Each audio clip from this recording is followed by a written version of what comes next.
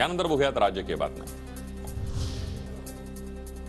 पक्षांतर बंदी कायदा चिकित्सा समितीच्या अध्यक्षपदी राहुल नार्वेकरांची निवड। लोकसभा अध्यक्ष ओम बिर्लांकडून अखिल भारतीय पीठासीन अधिकारी आणि सचिव परिषदेमध्ये घोषणा करण्यात आली आहे। ओम बिर्ला डॉक्टर बाबासाहेब आंबेडकरांच्या संविधानाचा अपमान करतायत। राहुल नार्वेकरांनी 10 वेळा पक्षांतर केलंय, संजय राऊतांची टीका। या व्यक्तीनं आतापर्यंत 10 पक्षांतर सहज करून पचवली आहे, ढेकर दिली आहे। ती पचवून पक्षांतर त्या विधिमंडळ पक्षाच्या फुटीर गटालाच मान्यता देऊन टाकणे म्हणजे पक्षांतरावर शिक्कामोर्तब करतो।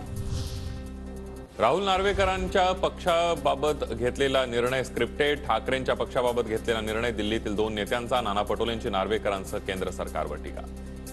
नार्वेकरांनी उद्धव ठाकरे साहेबांच्या पक्षाबद्दलचा घेतलेला निर्णय एक स्क्रिप्टेड आहे।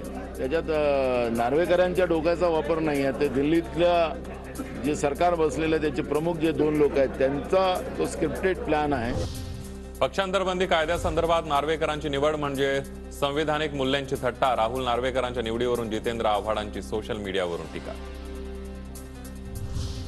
गुन्हेगाराला न्यायाधीश झालेलं तुम्ही कधी बघितलेलं आहे का? राहुल नार्वेकरांच्या पक्षांतर बंदी कायदा चिकित्सा समितीच्या अध्यक्ष निवडीवरून सुषमा अंधारेंची जोरदार टीका। तर नार्वेकरांची पक्षांतर बंदी चिकित्सा समितीतील निवड म्हणजे माकडाच्या हातात कोलीत, विनायक राऊतांची सडकून टीका। ठाकरे गटाचे नेते रवींद्र वायकर यांची 9 तास ईडी चौकशी। कथित जोगेश्वरी भूखंड घोटाळा प्रकरणी चौकशी। राजकीय दबावातून चौकशी सुरू आहे। इतरांना वेगळा न्याय, आम्हाला वेगळा न्याय दिला जातोय, वायकर यांचा आरोप।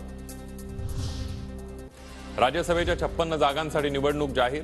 27 फेब्रुवारीला मतदान। महाराष्ट्रातील 6 जागांचा समावेश। नारायण राणे, प्रकाश जावडेकर, वंदना चव्हाण, अनिल देसाईंची राज्यसभा टर्म 2 एप्रिलला संपणार। महामंडलेश्वर शांतिगिरी महाराज नाशिकमधून लोकसभा लढवणार। यापूर्वी शांतिगिरी महाराजांनी संभाजीनगरमधून निवडणूक लढवली होती।